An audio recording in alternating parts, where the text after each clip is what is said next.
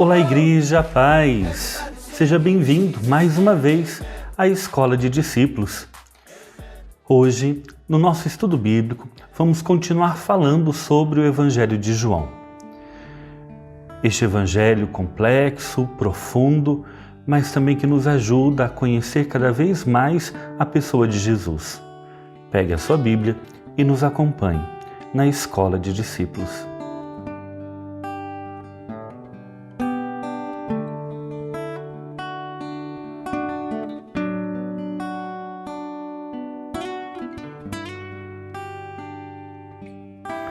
Como falamos no nosso encontro passado, o Evangelho de João ele é dividido em 4 partes. A primeira parte, o epílogo. A segunda, o livro dos sinais, que fala dos milagres de Jesus, da vida pública de Jesus, e tem sim alguns discursos importantes também de Jesus. E também o livro da glória e depois, por fim, o epílogo. Hoje nós iremos falar um pouquinho sobre o livro da glória e também o vocábulo eu sou no Evangelho de João. O livro da glória, ele é chamado assim porque ele fala da glorificação do Filho de Deus. Então, até o capítulo 12, fala-se da vida pública de Jesus, dos milagres, um pouquinho da história de Jesus, mas após o capítulo 12, ou seja, a partir do capítulo 13, começa-se então todo esse processo da glorificação de Jesus no Evangelho de João. E João dedica muitas páginas, muitos capítulos para esse momento.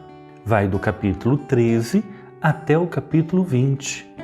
Como já foi falado no encontro passado, a glorificação do Filho de Deus no Evangelho de João é o momento da crucificação. É o momento da sua condenação, de todo esse processo da paixão de Jesus, no momento que ele é preso, no momento que ele é condenado, que ele é flagelado e que ele sobe à cruz. Todo este momento, todo esse processo é o momento da glorificação. Tanto que o Filho agora, o Filho de Deus, é elevado na cruz. E esse processo da glorificação do Filho começa com a última ceia. No capítulo 13, nós já vamos ver João descrevendo a última ceia sob o seu ponto de vista. Mas o seu ponto de vista é diferente dos outros evangelhos, porque nos outros evangelhos, na última ceia, é valorizada a Eucaristia. Como João é um evangelho mais tardio e a Eucaristia já estava instituída, as comunidades já celebravam a Eucaristia, já não tinham dúvidas a respeito da Eucaristia, João quer lembrar no seu evangelho um outro fato que acabou sendo esquecido: o lava-pés. É claro que João não está esquecendo da Eucaristia, da instituição da Eucaristia, a fala de Jesus dando a bênção no pão, todo aquele processo bonito da Eucaristia que nós vemos nos outros evangelhos. Claro que João não esqueceu, claro que João não negligenciou a Eucaristia, mas esse momento de Jesus lavar os pés dos discípulos também estava sendo esquecido pela comunidade, e João vê a necessidade de recordar. Então ele dá ênfase ao lava-pés e ele fala da Eucaristia lá no capítulo 6, quando ele fala do pão da vida, que Jesus é o pão da vida. Então João prefere fazer uma substituição didático-pedagógica nos seus temas, justamente por causa da época em que o Evangelho está sendo escrito, e a preocupação da comunidade que ele agora está escrevendo é outra. Com o lava-pés, Jesus quer mostrar a importância do servir. O maior é aquele que serve no reino dos céus. Ou seja, Jesus quer mostrar que aqueles que são grandes no reino dos céus são aqueles que se fazem mais pequenos e mais humildes, a começar pelo próprio Jesus, depois por Pedro e pelos discípulos. Ou seja, Jesus faz o convite para que a comunidade entenda que é necessário o caminho cristão ter humildade e se fazer mais pequeno do que os outros, mesmo que eu tenha algum cargo, alguma autoridade na comunidade de fé. E logo depois deste momento da última ceia, de lava-pés, Jesus ele começa um discurso. Esse discurso é chamado de o discurso de despedida de Jesus. É como se Jesus estivesse escrevendo o seu testamento. Jesus está deixando agora a sua herança para os discípulos. Esse discurso começa no capítulo 13, a partir do versículo 31 e vai até o capítulo 17. E esse é um dos discursos mais complexos do Evangelho de João. Nesse momento, nesse discurso, Jesus se apresenta, se identifica com o Pai, nesse momento em que ele tem aquele diálogo com Felipe, Felipe, mas quem me vê, vê o Pai. Isso está no capítulo 14, versículo 9.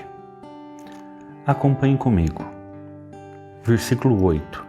Felipe diz: Senhor, mostra-nos o Pai, e isto nos basta. Disse-lhe Jesus: Há tanto tempo estou convosco, e tu não me conheces, Felipe? Quem me vê, vê o Pai. Como podes dizer, mostra-nos o Pai? Não crês que eu estou no Pai e o Pai está em mim? As palavras que eu vos digo, não as digo por mim mesmo, mas o Pai, que permanece em mim, realiza suas obras. Ou seja, aqui Jesus deixa claro que ele se identifica com o Pai para os discípulos. E agora, nesse discurso de despedida, Jesus não só diz a conclusão da sua missão, mas como também nos prepara para receber o Paráclito. E é neste trecho do capítulo 13 até o capítulo 17 que nós entendemos a compreensão teológica da Trindade no Evangelho de João. Porque assim como Jesus está no Pai, ele também depois acaba dizendo que vai enviar o Espírito Santo sobre os seus. Como esse discurso de Jesus de despedida, são vários capítulos, não vamos poder ler todo ele na escola de discípulos. Mas o convite que eu quero fazer com você é que leia todo esse trecho com muita atenção. Porque aqui nós compreendemos um pouquinho mais da missão de Jesus, compreendemos mais sobre a relação de Jesus com o Pai e também a relação de Jesus com o Espírito Santo. E tudo isso são heranças grandiosas que Jesus nos deixou para a nossa fé. E então, a partir do capítulo 18, Jesus então é preso, ou seja, esse discurso acontece logo depois do lava-pés e até o momento que Jesus é preso.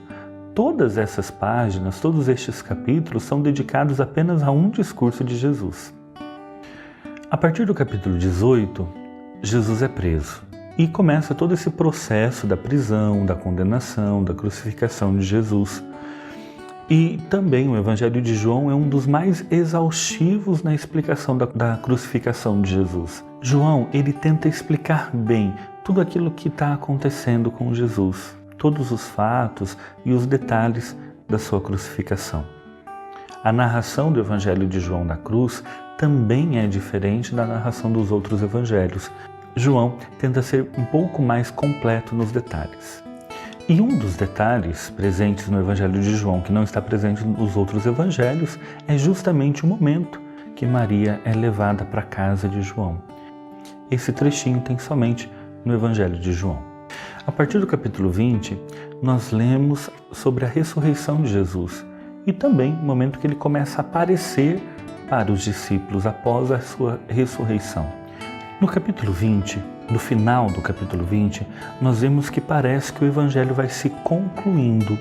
Então, logo após João falar sobre as aparições de Jesus, parece que há uma conclusão no Evangelho, o que mostra que possivelmente o capítulo 21 foi acrescentado posteriormente ao Evangelho.